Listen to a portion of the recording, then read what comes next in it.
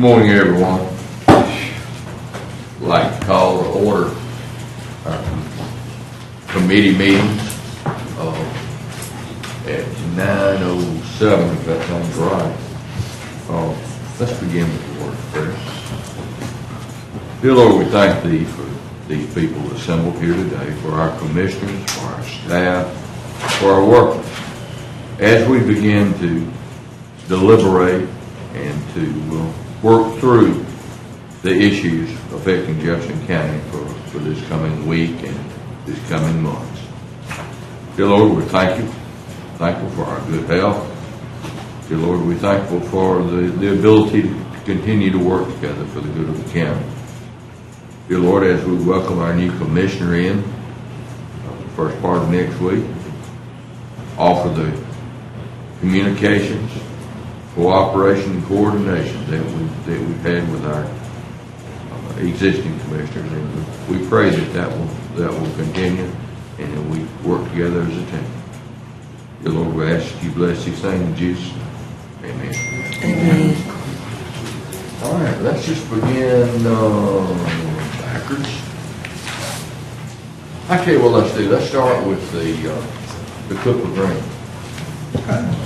I think that would probably be let them go ahead. Good morning. Good morning.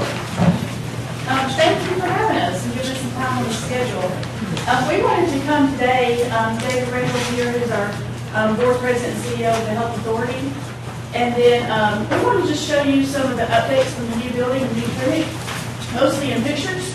So it's a fun update, I hope. Okay.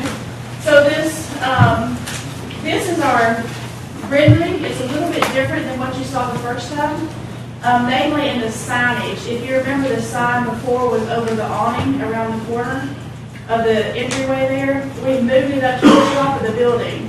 After you look at these things enough, you realize that nobody would have seen that sign before unless you were standing right in front of the building. So now it's visible from 65 and also from 6th Street. We did also, that's the night vision, one more. We also did add a monument sign here along 6th that's very visible.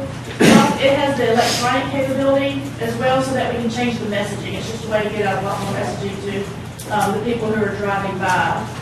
So we're hoping to make use of that. Okay, for the interior, if you remember this is the lobby, so this is what you'll see when you first walk into the building. And I did put a concept in the title here because materials, of course, can change depending on what you can buy and what's priced right? But the colors will generally be the same. The other thing that will be prominent in this lobby area is a look at history in Jefferson County in general. That wall in the back that looks kind of abstract right now, it very much looks abstract in this picture. What it actually is intended to be, it will be when we get it installed, is different pictures around Jefferson County. So it'll be like a collage of pictures, right? And then over to the right, that's not in this picture, is also going to be an art installation of local artists. So we're trying to make sure that history of Cooper Green and the county is displayed throughout the building. Okay, this next one also has a display there right at the front desk. So everybody who enters the building, patients and visitors, will pretty much go to this front desk first. That's the entry point, right? And that's where we want to display a thank you to this body, to the Jefferson County Commission, for not only the partnership that got us here, but the continuing partnership. And we hope to actually display pictures there so we can keep it fresh and relevant as well throughout the years. Okay. Moving up to the second floor, this is another look at how we're going to display history throughout the building. This is a boring part of the building, but it is one that anybody who's going to the rehab clinic will pass by.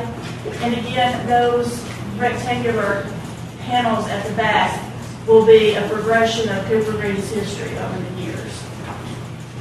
Okay. This is a representation of third floor. The colors are probably going to be pretty much accurate to what they are here, but again, the materials might change.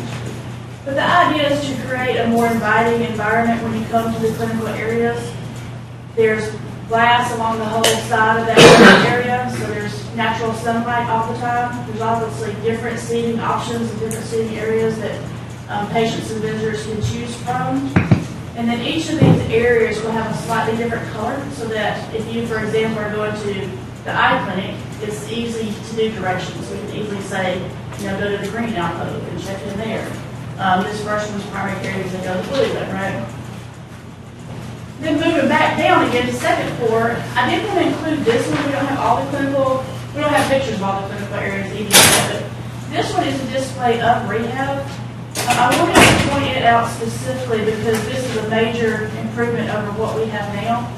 Space is actually our limiting factor for rehab services. We could see more patients if we had more space in that area. And so I just wanted to show this. Obviously, the furniture or the equipment will all be beautiful and gray and white and matchy, but the space will be larger than what it is now, like is shown in this picture. There's also an outdoor area to do some gait training and some step over curves training, that kind of thing that we don't have. Okay, just quickly on the timeline, we obviously are in the construction phase. That bottom right-hand picture is what it looks like right now. We're on the third floor. The concrete for the third floor will be finished at the end of July. And we're planning to do the interior build-out start, that kickoff on August 24th, so next month. Then a year from now, we'll be at substantial completion. So August of 2024 is when we'll be substantially complete. Okay. Before I touch on this strategy quickly, are there any questions about the clinic or the progress of the clinic that we can answer for you? How many stores are we going to have? 5.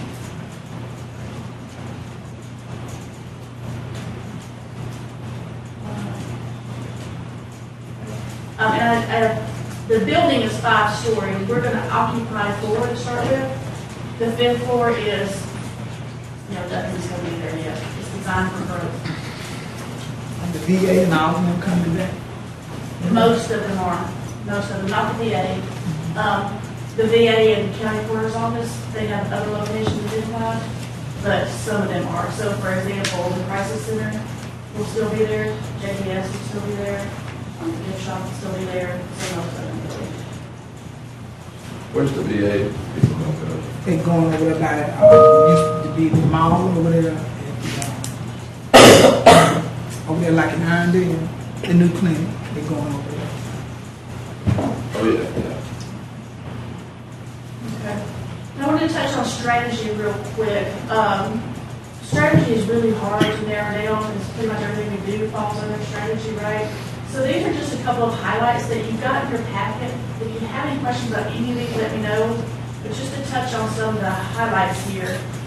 These are our 4 pillars represented in the rectangles. Under patient-centeredness, we just completed at the end of June our pilot for team-based care, which was very successful. We took 1 primary care providers, their panel, and really put a team around those patients. So you're assigned, if you will, not just to a provider, but also to a social worker, and a dietitian, and a clinical pharmacist, right? You have a whole team. And what we found in the pilot was both our quantitative and our qualitative measures improved. So staff satisfaction and the way they work was greatly improved. And then also the health outcomes improved for those patients. In fact, they improved when no other panel's patients improved.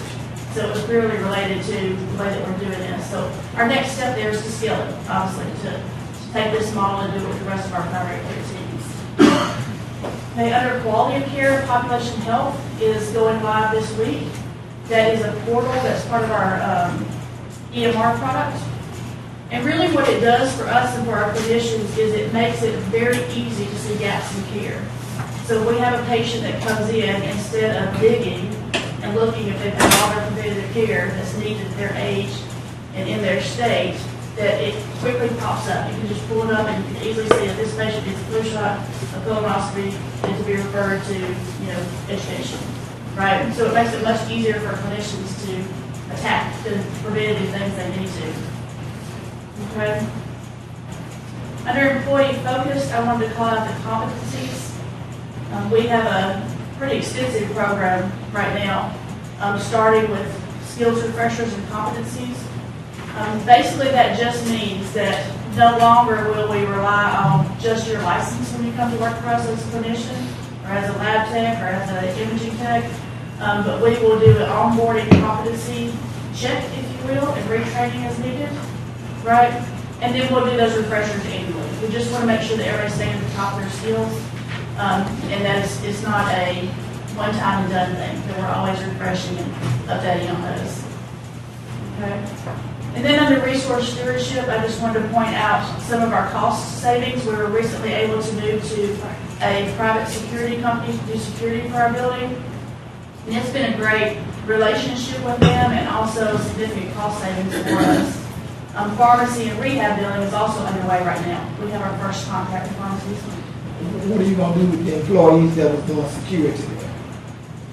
We were using UAV, university employees. The original employees actually came back into the county that were security when we did the transition. So we were using UAV security, and now we've changed to a private security. And then UAV. And then that last one is pharmacy and rehab billing. Those are two areas of our services that we were not billing before. We do have about 40 to 50, it depends on the day, of insured patients at Cooper Green. And so, there's no reason to leave that money on the table when we're looking to expand our services. So we are doing lots of effort in getting those two areas billing, for our insured patients. And you said pharmacy, you are doing, with the, we still had an opioid clinic and all of that. We don't do any narcotics. Cooper Green don't do narcotics. We do no narcotics. So if people in pain, what they do? We refer them, we have a preferred provider, actually two of them. So we have a contract and agreement with Highlands at UAB who does pain management for us, and also Alabama Pain. So we send them to those clinics. The reason why we do that is because they can do comprehensive care. So they can do, for example, injections and blocks that we can't do in our facility. They can do rehab, they can do lots more imaging that we can do, like MRI imaging. So we refer them right now. So they don't have anything to do because they are low income. Oh, no. No, we refer them and still, it's on our bills. We still pay for them. So, Commissioner, to that point, we're very aware of the addiction epidemic. One of the things we want to do is make sure that we can address the whole concept of pain. So, to Laura's point, we wanted to do something much more comprehensive than simply a prescription.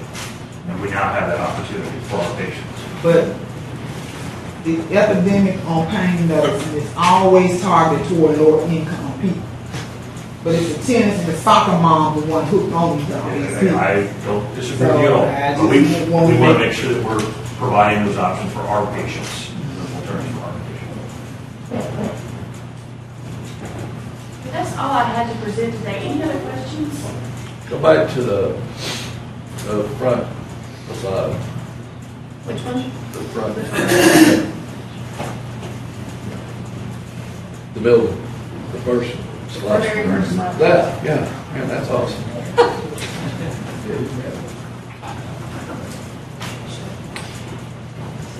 Commissioner Knight, Yes, can I make just a quick comment? I think it's really important, again, to express our appreciation for the partnership with the commission. There's no way we could be where we are today without your support and help, and I certainly want to recognize Laura's leadership. Amazing what's happened at Cooper Green over the last couple of years. Just even the change in culture, business practice, financial sustainability, so thank you. I hope I'm not being Pollyanna when we do this, but I think all of these changes that we're putting in place, the strategy, and even the facility. I don't know how many have walked over through Cooper Green in the last couple of years, but compare that environment to what we're proposing here is completely night and day. And we know how important the physical environment is to healing the patients. This is an environment where all of us would want to go, not just last resort. And that's what we're trying to do.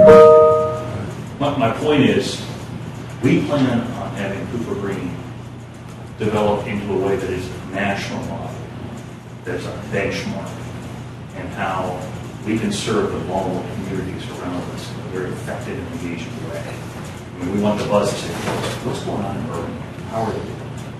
So we're excited about the progress that we're making, and certainly the strategy, most importantly, your ongoing support. I truly appreciate it. Let me ask this.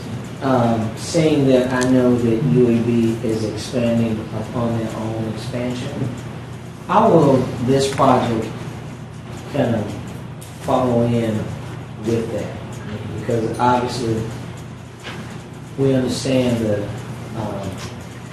patient portal that you have, but it's also out of that patient portal that we also experience gun violence, and we know that there's some things that are happening in terms of numbers in that area. How will that play into this project? How will that play into your current expansion project at UAB? UAB, and so help me for a minute. So when you say UAB's expansion, could you clarify a little bit about specifically what you're? Yeah, now, in this setting, I'm trying to be mindful of how I say it, but you all are currently under a project expansion of your own, meaning UAB, correct? Well, which project expansion? Well, I'm talking about your ER. Okay, yeah, okay, gotcha. Yep. All right, and so your ER, my understanding, according to news reports, are expanding on the expansion due to the number of victims that have to go through. Okay, so when we speak of the Cooper Green project, is that going to hinder, or one has, you feel like nothing, one doesn't have a factor into the other? You treat it as two separate projects? Yeah, I appreciate your... Because, see, that's coming from the same community. Yeah. Two things with that. One, we treat, as a UAB hat, I'll put on for a moment, Cooper Green is an incredible partner for us. I think we've treated it that way in providing resources and really thinking about Cooper Green as a partner. Second, I don't believe there's any hindrance in what we're doing at Cooper Green in the expansion. The expansion is really based on the demand that we currently see in the marketplace for additional emergency services. And how do we meet that demand? Because here's what's really interesting. When we looked at the patients in our ER, and we identified those patients by income, who's their by income, we also evaluate left without being seen. I'm not sure if I check in, how much you call back, whatever. The highest percent of left without being seen, you think they're insured or not insured? I'm insured. I thought they were insured. They have a choice. They can get them from somewhere else. You're absolutely right. It's an uninsured. So if they're leaving our ER, where are they going from here? They're not. Hence why we absolutely have to create a much wider front door to meet that need.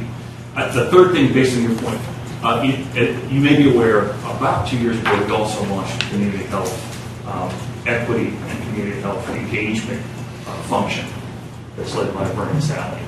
We're in the communities addressing exactly what violence, social determinants, nutrition, food deserts. So we are actively involved in identifying things that are outside of the four walls. How do we engage our community different from what we're doing today? And again, Cooper Green's an incredible partner in doing that. And in fact, we are looking outside the four walls. So UAB is doing what Cooper Green is doing now. They the one started the food insufficiency and all of that. I think we're partnering together. Yeah. So UAB started with the Live Health Smart Alabama. We're partnering with them from a Cooper Green standpoint. As an example, they have the food trucks.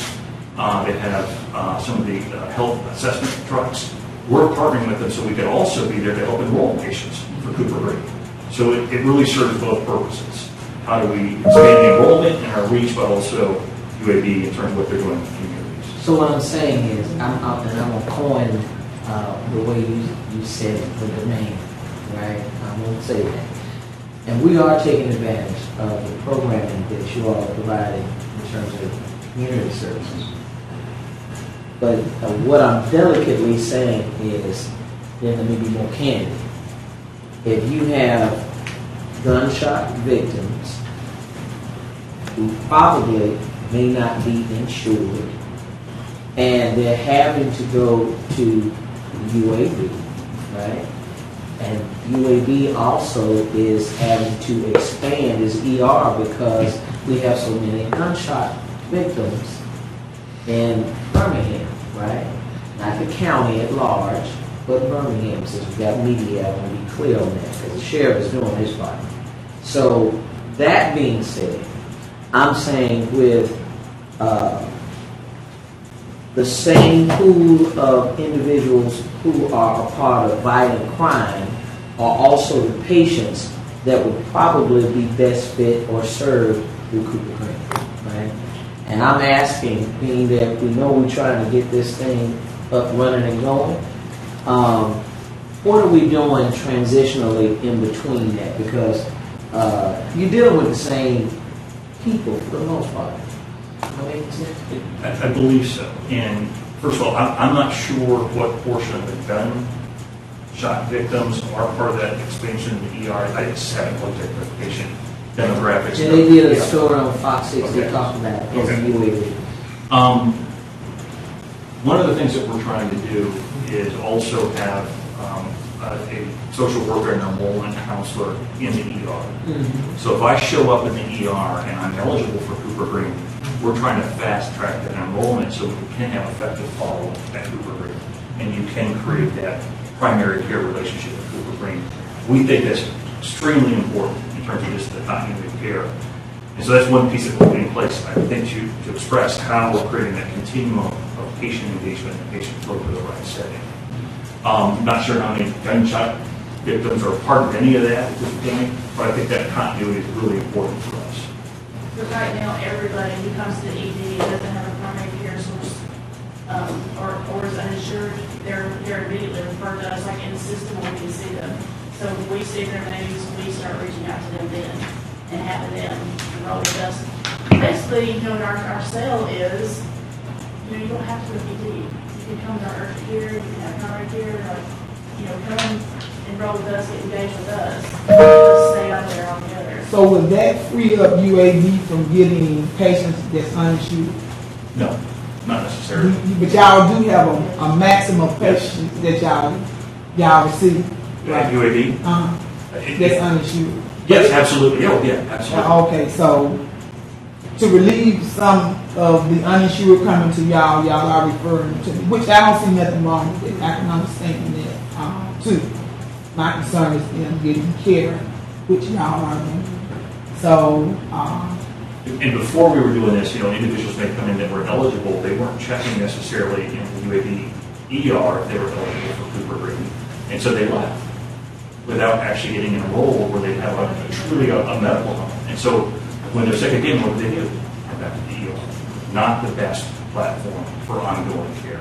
And so we're trying to change that dynamic with those patients. I just left Austin yesterday and it was 115. It was just ridiculous high. But the homeless population there is just, I have never seen nothing like it in my life.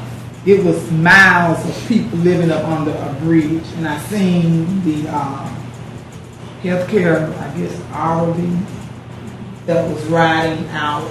I was devastated behind that.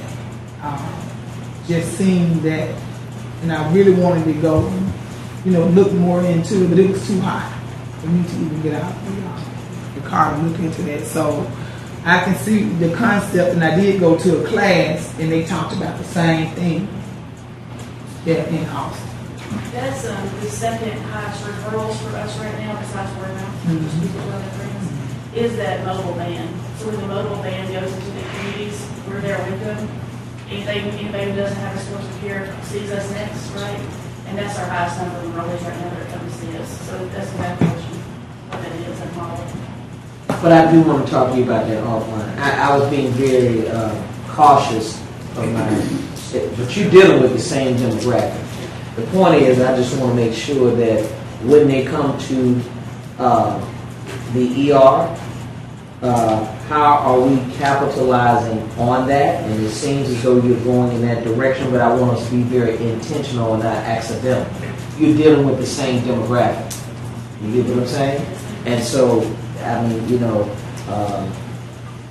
when you get 1 or 2 dead folks a day, and then we're not even talking about the folks who are actually getting shot. Folks who are getting shot are going to the ER. The folk who are dead are going to the coroner's office. So they're not coming to UAB, they're not going over to Cooper Green. And that's why I said I was being very delicate in my delivery, because we do have media present, but I want to make sure that that demographic is getting the level of service that we're talking about. And I wanted to know if your expansion would have any intrepidation on what is happening with Cooper Green. So I'm clear on what I'm saying.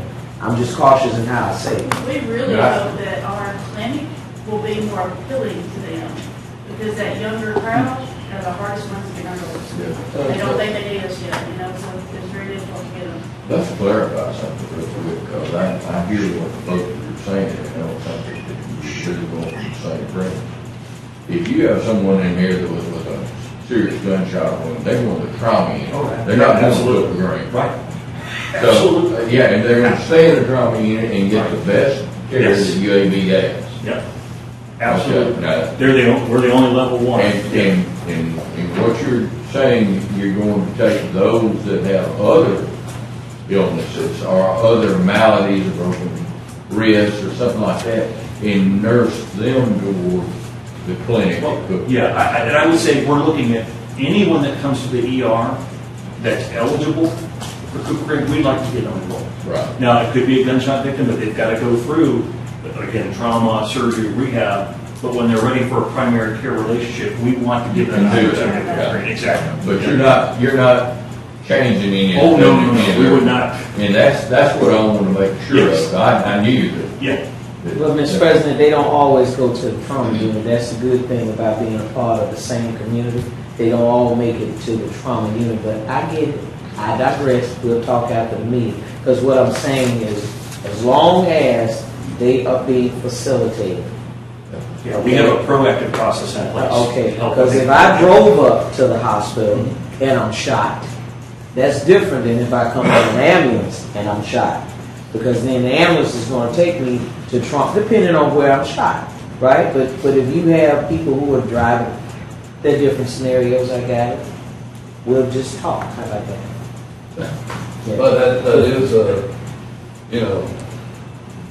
that is, I think, when we first started talking about this, that was primarily is like, we have a lot of patients going to ER.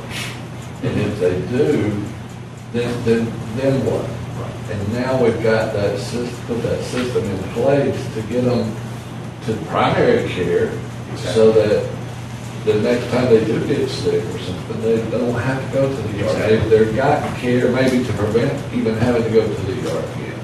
As far as UAB expansion, UAB's been expanding since I worked there in 1976 in Jefferson Tower. So every time there is. But when we had this, when we closed the hospital, it was a very tough decision. And we realized that with the funds that we had and the building we had, we could never transform that into a first-class hospital. But we always had the vision that we could have a first-class clinic. And my goodness, that what I just saw right there, that vision is coming to fruition. Yes, sir. And thank y'all for coming and sharing that with us, because I really am pleased with the progress. And I think it's good for everybody. Yes, sir. And especially those people that utilize Cooper Green. And you don't have to be underserved to go to see a person at that point. We thought that too. She's like, we've got a lot of apartments down there. You know, hey, if you need health care, we're right next door. So thank y'all for Yes, that. thank you, appreciate it. Appreciate it. Let's go back to our regular agenda now, when we begin with Commission District 1. Thank you, Mr. President. All right, for Public Works, Community Services, and Intergovernmental Relations Committee, we have no items for Board of Equalization. We have 2 items under Environmental Services. David Kenner, would you like to speak to those 2 if there are any questions? The first is dealing with Jacobs Engineering Group. The second is Southern Research Institute. I'll move 1 and 2. All right, been moved. I'll second it, but I would like clarification on Southern Research. They're privatizing that. Yes, it's just a sewer that's on that property that's in their sort of footprint. So it's something that only serves their facilities, and so it's something we don't need to serve, the general public. So it's something gives them some flexibility to develop on their end. It doesn't affect the entire system. So. Okay. Good, thank you. Yeah, he had told me that earlier. Thank you. Did that. So it's been moved and properly seconded. All those in favor, let it be known by saying aye. Aye. We have no items under General Retirement System. Human resources, we have 5 items. Are there any questions as relates to those 5 items? If so, human resources, that would be this other lady right here. Anyone have any questions? Move 1 through 5. Second. Has been moved and properly seconded. All those in favor, let it be known by saying aye. Thank you, ma'am. Thank you. All right, that carries. No items under compliance or personnel board. We have one item, which is District 1 report. We have a community grant for $1,500 for the Sickle Cell Disease Association of America. Are there any questions as relates to that item? All right. I'll move. All right, it's been moved. Seconded. It's been moved and properly seconded. All those in favor, let it be known by saying aye. Aye. I do have one item of new business. Okay, so on the finance, we'll have a clean and change, so we just want to make sure we clarify. So the law department was very helpful, and we wanted to make sure that we have all of our I's dotted. You'll notice that there is only one word, which I said two, but it's one word on there, which is within Jefferson County. And originally it was District 1, but it's in Jefferson County, so we wanted to make sure that that any change was done here in this setting and not necessarily on the floor. So that's the reason why the contract itself has already been approved back in February, because we want to make sure that we have the opinion any change. It was $350,000. We added to that at one time. Yeah, well, what I'm saying is the location of where the initiatives could take place was in District 1, and that needed to be changed to say in Jefferson County. Okay. And so the only word that has been changed is within. I move the pen. Thank you, sir. Second. All right, it's been moved and properly seconded. All those in favor, let it be known by saying aye. Aye. And we just wanted to make sure that everything was in proper order, so as I see things and we make modifications. Thank you so much, Ms. Shawn, for your assistance. You've already had your little green update. Yes. I've already had the Cooper Green update. Dr. Hamilton. I move that. Dr. Hamilton, well, can I get a second? Second. And first and second, all in favor say aye. I have a community grant. I'll move Move that. item. Okay. Second. Then first and second, all in favor say aye. Aye. You didn't have to come back. No, I want to know. I'm gonna give a report, just a small report. I want to give y'all a written report on this conference. Okay. Very interesting. Sounds good. All right, roads and trends, you got this administration, infrastructure committee. There are 7 items. Is there any of them that anyone would like to discuss or try to understand better, see where our money is going? I do have a question. Give this. Where's Cal? He get a vacation or either he's sick. Whichever one. He got time. We got the He got time. He got time. Well, let me ask you if you were Cal. Unavoided with the team. Unavoided with the cut. I noticed about that drinking and driving. Where's the sheriff? I'll ask you, where's the sheriff? The sheriff and Cal are not I don't here, believe right? the two are related at all. Hit the dots, guys. I move 1 through 7. I have a question. I have a motion and a second. We have a question. Yes, item number 6 about this MOU between us and Jones Valley Teaching Farm. Have we selected locations in terms of where this agreement is going to cover? Because I'd certainly like to see some of that public education and so forth We haven't selected all locations, but typically they use this off 25th. But we can come to the table and have discussions on further locations. Because there are a couple of locations in the county that they already have their own setup. We just like to see them utilize those areas too. Absolutely, yeah, that's the first step, just to get us in the door, just to start using those locations. We'll come to the offer suggestions and round table talk. Good. Thank you. All right. So, Motion made, second, all in favor, say aye. Aye. The county attorney has several claims, looks like 11 claims in the minutes from our July the 13th. new items 1 through 12. Yeah. Have a motion second, all in favor, say aye. County manager has, since he's not here, do you want to try it? That's me, let me just run through it real quick. At your pleasure. All right. These are ARPA funding agreements. Any questions concerning those three, 1, 2, and 3? Chair will entertain a motion. Have a motion? What is this one for? Helena? It is. Okay. All right. It's ambulance equipment.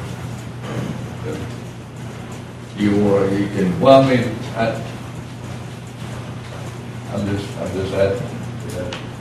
Is that the city, that's the Jefferson County portion of? It is. That's It is. what- And if you remember, this was pulled for further clarification last time.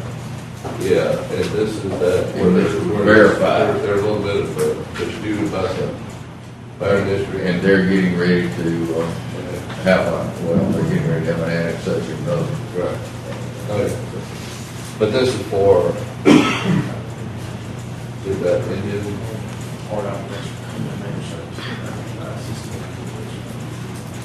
Some of them good. Okay. All right, all in favor, say aye. Aye. Any opposed? Okay, other business, we got Grant, City of Warrior. Got one from the McGill Fire District. Got ACCA appointments. And we also have one item of new business that I'll work on. Any questions on those District 3 reports? And other Yeah, just for the record, Mr. President, item number 3, we had an understanding last year, and it seems as though that understanding is no longer in existence, but for the record, I asked about ACCA on last year, and so we seem like we keep appointing the same people to the same board, so I digress, but for the record, I wanted to make sure that that's mentioned this morning.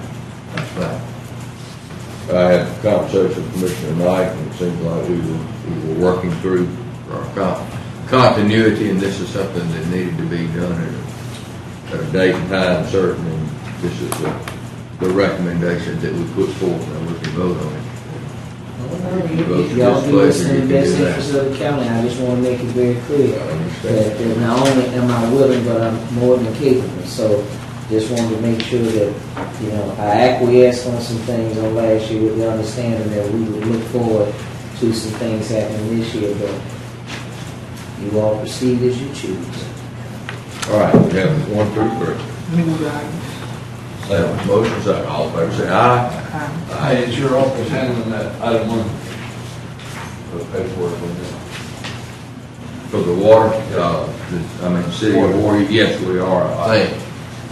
Oh, then, yeah, we got that done. Okay. Have one item, the Warrior River, they've blown up an engine on one of their boats. Move to consideration for new business. Yeah. All in favor, say aye. Aye. Thank Move the item. you. Motion, Second. all in favor, say aye. That keeps give them an opportunity to get that engine, put in that boat, so they can take care of the folks down there. That concludes my agenda, Commissioner Wright. All right, finance. Do we got any, do we have any questions on items 1 through 8? If we do, we have most eloquent young lady sitting here that can answer any question. I move 1 through 8. All right. Motion. Second. All in favor, please say aye. We have a budget agenda amendment. Okay, the budget agenda, it requires no additional funds, is for EMA, and the resolution was actually approved back in February. It was where we took the revenue replacement funds, so we're just shifting the money over to their budget. But there's no additional money from the original budget. Any question? Do I have a motion? So move. Second. And a second. All in favor, please say aye. All right, we have multiple development on item 1, Commissioner District 1. We have a pending change for Commissioner Scales. The $311 should be changed to $756.37. So that's just a pending. I move, Judge. Second. Have a motion and a second, and have a motion and a second for all the development information. You did. All right.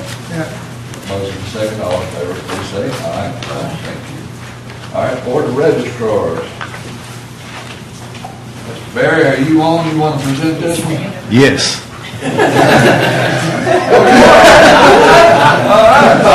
I was waiting for something to come out of here. He's more than old, he's on top of it. Good morning, everyone. Even though we just finished the Commission District 5 race election, we're already working on House District 55 and House District 16, so that is the reason for this change. This precinct 2420, Bartow Arena. We've lost our parking there. The parking we had is now staging ground for further construction that's going on in UAB, so we need to have a suitable facility for the HD 55, which is coming up very soon. So Memorial Rec is less than a mile away, and plenty of parking, plenty of access, so we'll be able to conduct that HD 55 election. So this is just temporary? Well, Well, yes. maybe. But then I also saw, so that this is a short-term construction project that, it's been announced that Bartow Arena, as soon as basketball season is over, undergo like a $35 million renovation. So they may not let us back, but I'm on board conversation with UAB. They've been pretty good to work with, but they have had lots of construction going around in this area where we've been voting. Okay, so that's precinct 2420 relocated to precinct 2100. That's Bartow Arena to Memorial Rec Center. And is Memorial Rec Center already a Yes, open it area? is. This is large. Yes, it's large. It's got lots of parking. It's got a big gym, big community. And a bus stop. Well, there you go. Bus stop, yeah. And we did this is actually something we did before, because the other facility that UAB was allowed us to use in the summer of 2021, when the Birmingham mayoral election was going on, they said you can't put your construction in too. And we used Memorial Rec for both the mayoral election and the runoff in fall of 2021. People got confused about which door to go in anyway, because you had to go on the 6th Avenue side, and everybody was going in on the other side. Yeah. They get lost going through there, so. Yeah, there's just been, in this particular area, there was 6th Avenue South, it's one construction project after another that UAB has done. So we'll go back to them and try and work with them, but this is a good backup, because we've used it before, it's worked well. And when will those special elections be held? House District 55 and House District 16, which is the far western area, Alliance, Oak Grove area, will be September 26th. But who's leaving this? Kyle South. House District 16 is mainly northern Tuscaloosa and Fayette County, but it comes into the far western area, the Oak Grove Alliance area, and there's about 4 precincts, just a couple thousand voters in Jefferson County. It's predominantly in North Tuscaloosa, Fayette County, and that's where Kyle South was, and we just stepped down. But they'll be on the same day, September 26th. Precinct location change. Do I have a motion? So move. Second, all in favor, please say aye. Thank you, Barry. Thank you. Developmental Services, Tomlin Excavating, demolition. Demolition of 10 structures, I'll move that. Good job. Can you make a point? Well, hang on, well, just a Where are minute. those located? They in your They're district located also. in Dothan. I just want to make sure that those are the ones we talked about. All right, and then we're gonna add all right, do I have a motion second on item 1? So Go moved. there. Second. All in favor, please say aye. Now I have an item of new business. So what Board we of have, Demolition. the item of new business is so Docena, we actually chose 2 contractors. And the one that you just moved was for 10 structures. And that was with Tomlin Excavating. And the item of new business, there was just a little hiccup and we needed to introduce that. That's with Greener Turf and that's for 16, so a total of 27 properties in the, 26 properties in the Docena neighborhood will be for this batch. Matter of fact, I'm glad that you mentioned it very quickly. Mr. President, if I order and let me know. Is Edgewater in Commission 1? 'Cause I thought that was in Commission 2. Well, no, it was moved, the fire station out there. The minor fire station was, now there may be, Three or so. a small portion of it, but most of that is the minor fire station precinct that was moved to Commission District 4. But there may be a little bit left in 3. So I'm saying, is Edgewater in Commission 1 or 3? I believe it's in 1. Okay, I want you to verify I it. looked that up, yeah. But yes, ma'am.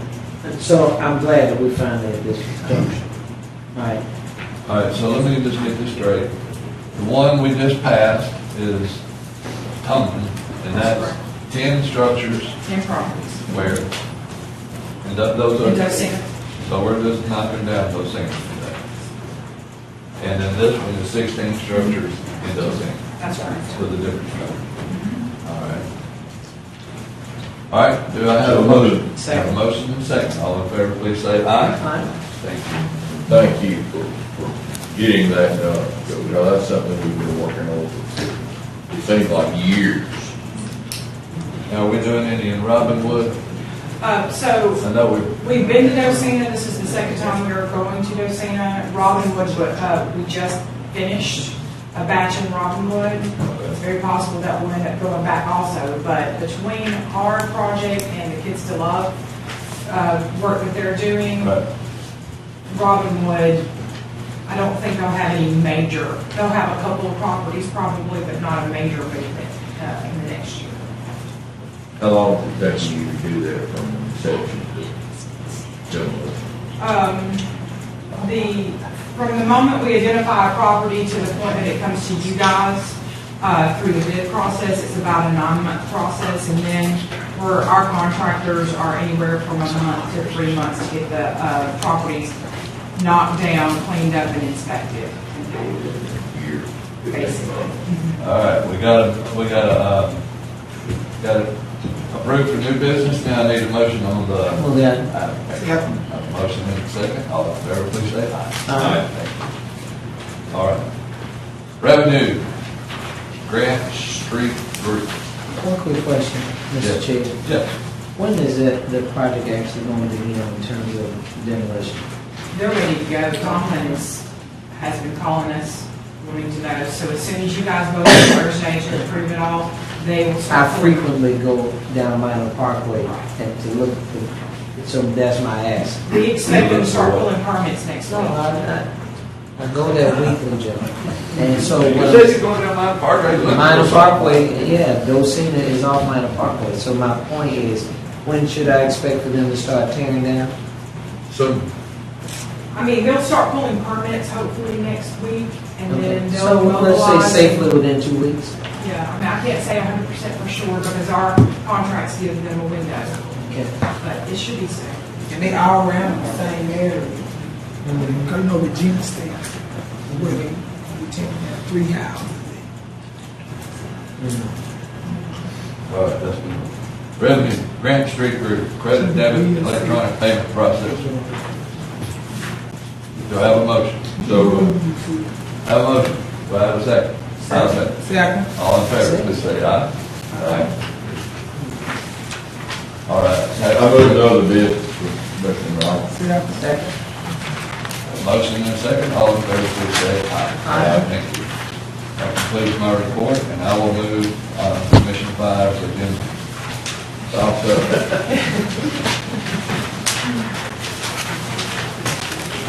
All in favor, say aye. All right, any other business coming forward this body? County attorney. Deputy county attorney. No, sir. Commissioner. We're adjourned. Huh?